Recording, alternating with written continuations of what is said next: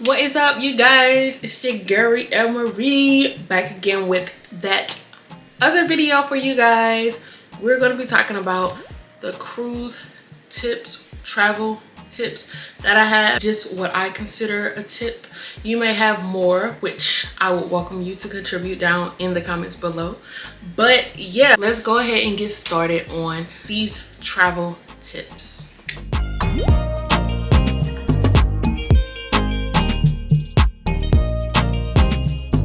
So the first travel tip that I have, especially for cruisers, is if you are planning on traveling or flying to your port city, so you are not in your port city, but you are flying to it, I would highly suggest that you purchase a hotel and go the night before, okay? I would highly suggest you to stay the night before in your embarkation port area. For example, if I'm going to Miami and sailing out of Miami tomorrow, I want to fly out today to get there, okay? But hear me out. That's not what we do. Just because we try to save a little extra money and not get a hotel for the night before. But if you are like that, if you are like us, I'm just letting you know it is possible, but it's also a gamble. You're not guaranteed that everything is going to go smoothly. Right now, it has for us. We're thankful for that, but at the same time, I do sometimes worry and wish we can stay the night before just to have a little ease of mind.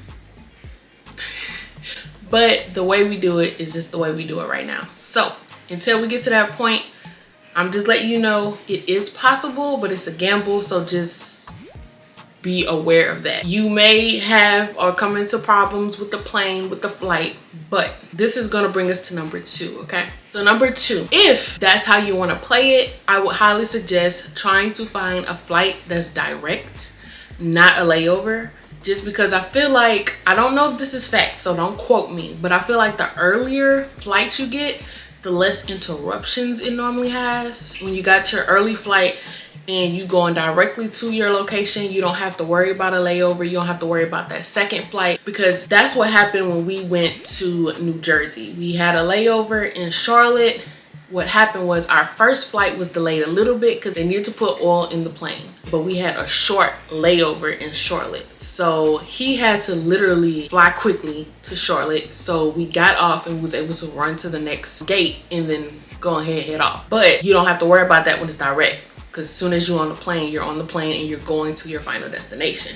So that's why I would suggest not getting a layover unless you absolutely have to. And if you have to, that's another part of the gamble, to be honest. So it is possible, but just know things happen. Just beware of that. Number 3, if you love vacation and you dread coming back home to reality like us, we like to soak it in a little bit more after our cruise. As you saw in the last cruise, we decided to book a later flight, which highly regret that, just because of we getting sick and we was ready to get home. Don't do it too late. Like, we did too late. It was like 10 o'clock. We should have had like a 6 or 7 o'clock. But book a later flight so you can just explore the city that you're in. So for us, we were in Miami. We know we love Miami. We love Fort Lauderdale. So we just went ahead and got a rental car and just explored all Fort Lauderdale, the places that we normally like to go. Extend your vacation just a little bit with that. And also, if you look up certain airports, they do have an option where you can leave your bags, just in case you need to, or if you want to Uber around certain areas, you can leave your bags and don't have to have them with you. So I would suggest doing that, as well as look at certain cruises. They have actual excursions after your cruise, or even before your cruise. They have some in the city that you're leaving out of, like a little small mini daycation. So number 4, prepay for the water before your cruise. We on the Carnival cruise got bottled water that was huge, like 8 bottles for a nice price. I think it may have been $25 or $15 for the entire cruise. It lasted us the whole cruise. I know a lot of people bring tumblers, but I just feel safer with bottled water instead of getting those cups, because to be honest, I honestly feel like that's what got me sick, because it was that one time, that one slip up, that one moment where I had my wings and I said I need some water with these wings. So I had no choice but to get the water that they had with the cups that were out. And I really feel like that's what got me sick. And y'all, it's one thing to get sick, but it's another thing to be able to retrace back to that moment where you think got you. It's like a whole nother level of disgusting.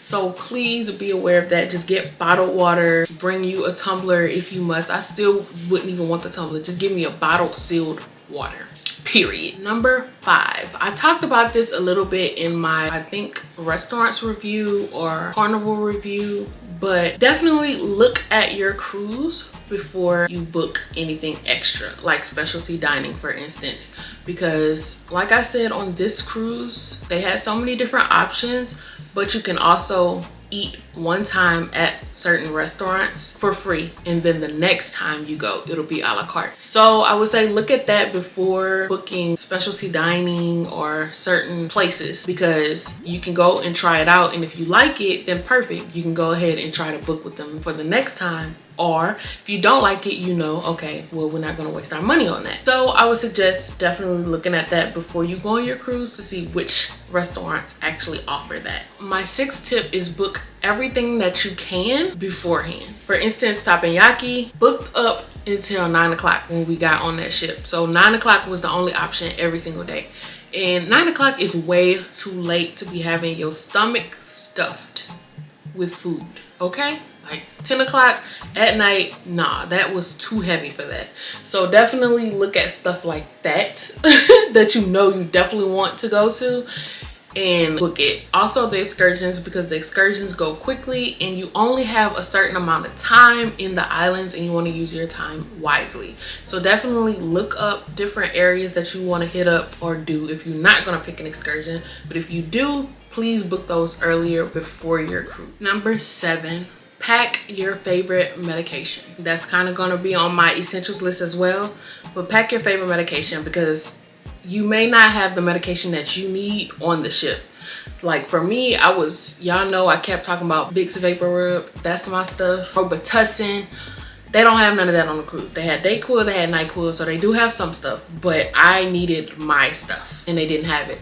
So make sure you pack a little case, a little travel case with all your medications, all the possibilities of what may happen, Neosporin, all of that. Just make sure you have like a little first aid kit. It's better to have it and not need it than to need it and not have it. Dramamine, just in case. I've never needed Dramamine in my life, but I'm gonna pack it just in case, because you just never know.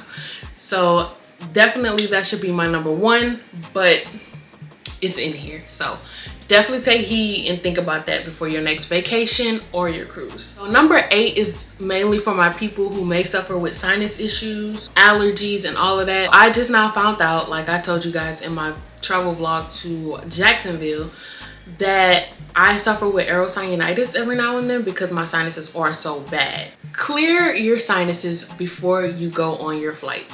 So this is mainly a travel tip, not really for cruising, but planes. If you're going on a plane, you have bad sinus issues, you may get bad headaches. I get terrible headaches when my sinuses is not clear. Flonase, flush out your system. No caffeine, no sugar. You can go to the extreme like that, because I do, just because I know I don't want to suffer. I think if that morning or the day that you're flying, if you don't do like dairy, sugar, caffeine, you should be good. But me, I want to make sure. So all the caffeine, dairy, sugars, everything I kind of knock out maybe 2 or 3 days before I fly out, and clear all my sinuses so that I know I'm good when I'm on the flight.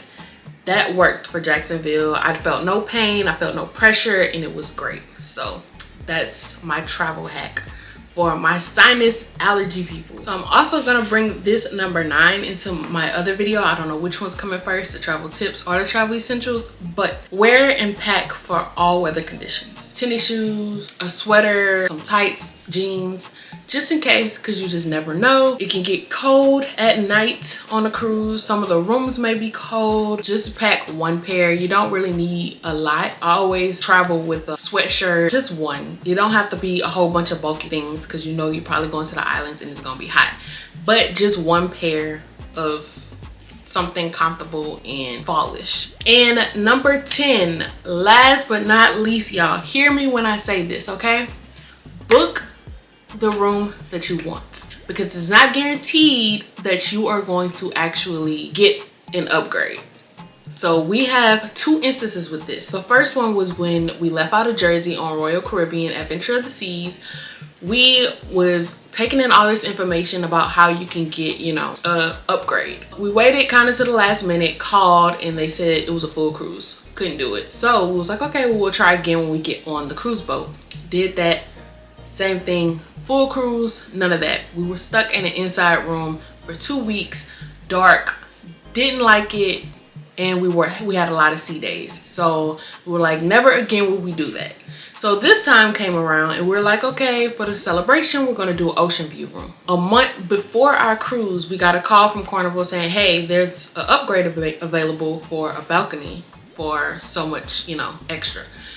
We actually were able to do it, so we did it and enjoyed it and loved it. Again, that's a gamble. Don't guarantee that you're gonna get the call, and if you do get the call, you have to be quick with it, because they're gonna keep going down the line with different people, and if everybody grabs them up, it's gone and you're stuck with whatever you booked. So that's definitely a tip. Book the room that you would want to ahead of time.